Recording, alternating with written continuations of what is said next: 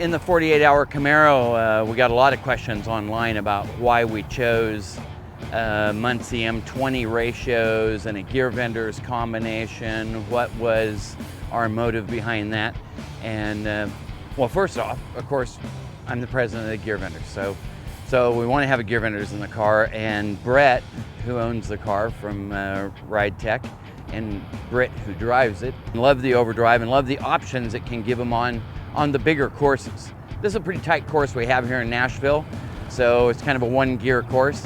That still works out good for our combination because the 350 rear gear we're running in the car gets us a 252 first gear in the M20 trans. We got a 252, a 188, a 146, a 113 with gear vendors to split the M20 wide ratio, and then 1-to-1 direct drive, and then a 0.78 overdrive. So for instance, out here on this track, 350 rear gear, 25.5 tall tire, we're in first gear going all the way around the track. But it gives us great options because with a typical 5-speed transmission, you have wide ratios. Their typical 5-speed is a corporate average fuel economy transmission. It is intended to have a low starting gear like 327, 350 starting gear to get the car rolling really well for corporate average fuel economy, get the fuel economy numbers up, and then bump into real tall gears. But a performance guy, you know, we want close ratios. We want something that sounds, you know, 22% spread instead of a 45% spread. We want 22% drop in engine RPM on each upshift. We need to keep that really close so that on the downshifts, which reciprocate upshifts, we don't have such a wide spread. When I say reciprocate, it means that we're gonna have a greater spread on a downshift in any transmission. So if we have 22% on the upshift, we're gonna have 28% on the downshift. So those close ratios become real important when you're trying to do performance things like performance driving on a big track or even on an autocross event. The gear vendors also kept this car with a Muncie Competition Plus shifter, which was the shifter of choice of the day in 1967, 68, and today. I mean, if you're a muscle car fan, that's the shifter that feels right in your hand. It feels like you could yank on that shifter so hard you'd break welds before you'd ever hurt the tranny. And the trannies were bulletproof. We get calls all the time at gear vendors that say, isn't there a better trans that we can go to besides, my M20, M21 that came in my Chevelle? And we didn't know. How long has it been in that Chevelle? Been in that Chevelle for 30 years and it's still rocking? That's a great tranny, And when you're dealing with somebody who wants to put sticky tires on it and go abuse it, then you need a tranny that's not only close ratio, but stout. And the neat thing about close ratios is that in itself makes the transmission stouter. A transmission has a counter shaft and a main shaft. So if you imagine two parallel lines here, and you're running the input, and then you're coming in the cluster gear, and then you're going back out the output gear. As you put wider ratios and bigger steps, you put a greater centerline distance. And that means more torque against the bearings, more parasitic loss. As you upshift a tranny that has a 40% ratio, and you're hammering it and upshifting it, the car can't instantly go 40% faster, so something's got to give.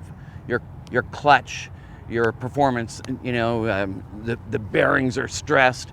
When you upshift and you're only going at 22% ratio spread, the car is able to accelerate. It's a lot easier on the transmission. It's easier for this transmission to live behind big horsepower and abuse on a daily basis because it's close ratio. I only want to do first over just to see what that shift is like. So we're going to go right here and do it.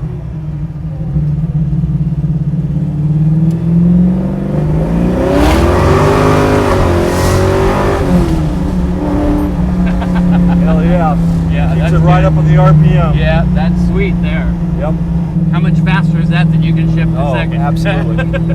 Absolutely. So we're in overdrive now, right. Like I said. So anytime we now get up to, anytime you leave a stoplight and you want to show off, that's what you're doing. Right. Just that's going to be really handy on the road course too. Because if you get into some tight turns and you need to power out of it, right? You can. There it is. And, coming out of a tight turn. Second over right now, I can just right down there with no clutch, just wham, immediately hit the apex, hit that button early. I mean, just, That'll allow you to use the torque of the motor, keep the car under control. Right. And no clutch.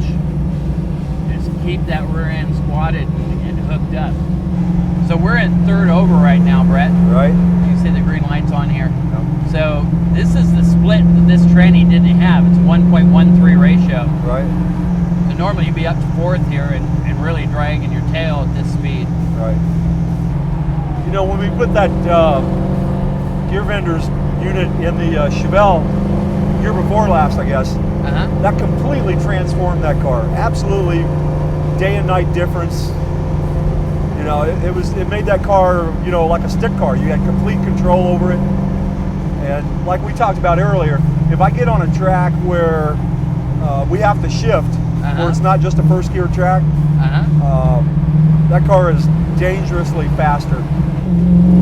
So if anywhere in this spread, like let's say right now, I go to third, I'm going to second overdrive, now I go up to third. When I go to fourth, turn off the overdrive. Just click it out on your way there, and there's another tight ratio. Whereas if you didn't do that, it wouldn't be a close ratio. Okay? So as long as we get into overdrive, third, then third overdrive, or we went second overdrive and then up to third, whatever. As long as we're in overdrive, by the time we get in third and we're shifting to fourth, turn off the overdrive, and it'll be a split there. Okay. Now that'll be fifth gear that you just shifted into, and then of course shove a clutch in and grab sixth. So in this combination with 350 gears, we go out on the road with the gear vendors. We've got first and foremost that most people buy the overdrive is because they want now a 269 final drive ratio. So we click into overdrive just like we took these 350s out and put 269s in there, and we got a 28% faster speed. But real important to any performance enthusiast that they don't really experience until they hit the throttle. Probably the biggest smile that got on anybody's face today was launching in first gear with the gear vendors on in the auto launch circuit, so it goes first, second, without you letting off the throttle. So it goes from first gear to first over, which is the same spread as first to second, and you didn't have to let off the gas, you didn't have to clutch the car, it's just and now you're 28% farther down the track before you need to grab second gear, which will now be identical to third, and then you grab third gear, which will now be third overdrive, 1.13, fixing that wide ratio split the M20 had between third and fourth. Then turn off the overdrive, which is a button on the shifter. As we go to fourth, we turn off the overdrive so we get fourth gear direct. So we go from 1.13 of fourth gear to now what would be fifth gear at 1.0, and then up on the highway 0.78 for overdrive and a 269 final.